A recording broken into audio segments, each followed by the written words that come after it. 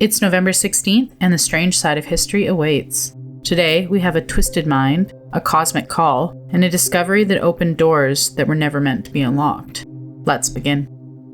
On November 16th, 1957, a cold wind swept across the rural town of Plainsfield, Wisconsin, carrying with it a sense of something terribly wrong. Police had arrived at an isolated farmhouse of a quiet, awkward man named Ed Gein. Locals knew him as recluse, a strange figure who kept to himself, but nothing could have prepared them for what waited inside. When the officers pushed open the door, the house smelled of decay, thick, metallic, and sour. What followed was a revelation so disturbing it would scar American history. Human remains everywhere. Skulls turned into soup bowls, a chair upholstered in human skin, masks stretched from the faces that once belonged to the missing women of Plainsville. The house wasn't a home, it was a workshop, a place where Gein had been quietly reshaping the dead piece by piece, into furniture, clothing, and trophies he alone understood. Investigators moved through the rooms in stunned silence, unsure whether they were collecting evidence or walking through pages of horror come to life.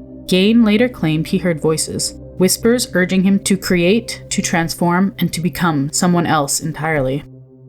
His creations inspired Psycho, the Texas Chainsaw Massacre, and The Silence of the Lambs. But the truth that they found on that November night was far worse than fiction. It was a reminder that sometimes the darkest monsters don't just lurk in forests or myths. On November 16, 1938, in a quiet laboratory in Basel, Switzerland, unknowingly became the birthplace of one of the strangest substances ever discovered. Chemist Albert Hofmann was working late when he created a compound he labeled as LSD-25. It was meant to be just another entry in a long series of chemical experiments, something that might one day help patients or be forgotten entirely. At first, it was forgotten. The compound showed no interesting properties, and it was shelved, left to sit in the dark. But some discoveries don't stay asleep.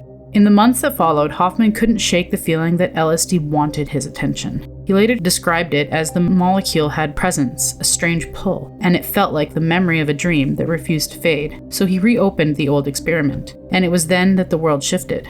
Merely absorbing a trace amount, Hofmann was overtaken by a surreal rush of color, patterns, and sensations he could barely describe. Time warped, reality bent, he felt, in his own words, as though they had stepped into another world. What emerged from that November day was more than a chemical. People would later call it a doorway, a messenger, and even a trickster, the substance capable of revealing hidden layers to the human mind or blurring them beyond recognition. It all began with a compound that was never supposed to really do anything. LSD is one of those strange inventions that seems less like a laboratory discovery and more like something the universe slipped into the human hands by accident. On November 16, 1974, in the deep lush hills of Puerto Rico, the Arecibo Observatory prepared to speak with the stars. They were about to send a message, one that would outlive every person on Earth. The signal was called the Arecibo message. It was a tight beam of radio waves aimed at the M3 star cluster, a swirling mass of suns over 25,000 light years away. Hidden in that transmission was a coded snapshot of humanity, our DNA, our solar system, our bodies, our technology, everything we wanted unknown intelligence to know about us. Operations flipped the final switch and the giant dish roared to life. Then an eerie silence. If the message was ever received, and if someone or something chose to answer it, we wouldn't hear a reply for 50,000 years. The time span of so vast, human civilization might not even exist by then. The people in the room who would be long gone, generations faded into dust before the echo ever would return. We had just whispered something into the cosmic abyss, and now all we could do is wait.